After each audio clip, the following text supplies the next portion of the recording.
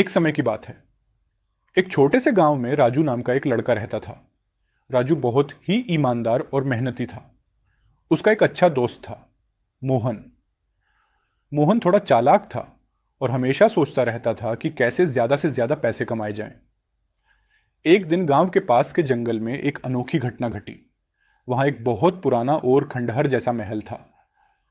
लोगों का मानना था कि उस महल में खजाना छुपा हुआ है, लेकिन वहां जाने की हिम्मत किसी में नहीं थी। राजू और मोहन ने भी खजाने की कहानियां सुनी थी। एक दिन मोहन ने राजू से कहा। क्यों ना हम दोनों उस महल में जाएं और खजाना ढूंढें।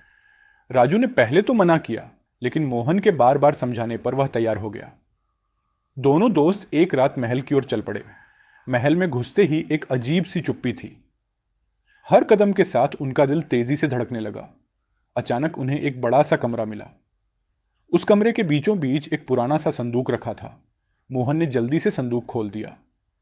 उसके अंदर सोने चांदी के सिक्के और कीमती रत्न भरे पड़े थे। मोहन की आंखों में लालच आ गई। उसने कहा।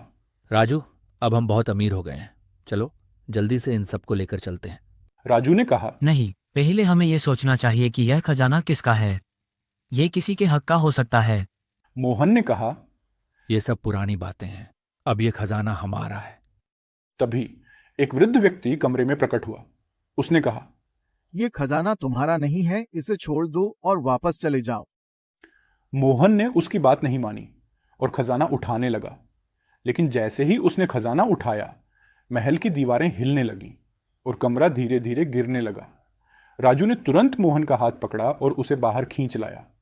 महल उनके पीछे ही गिर गया। बाहर आकर वृद्ध ने कहा, तुम्हारी ईमानदारी और दोस्ती की वजह से तुम दोनों बच गए। यह खजाना असली नहीं था, बल्कि यह एक परीक्षा थी। राजू और मोहन ने समझ लिया कि सच्चाई और ईमानदारी ही सबसे बड़ा खजाना है। उन्होंने वृद्ध का धन्यवाद किया और सबक सीखा कि लालच कभी भी अच्छा नहीं होता। इस घटना के बाद राजू और मोहन ने हमेशा ईमानदारी से काम किया और गांव में उनका आदर बढ़ गया। सत्य और ईमानदारी का फल हमेशा मीठा होता है, यह उन्होंने अच्छी तरह से जान लिया था।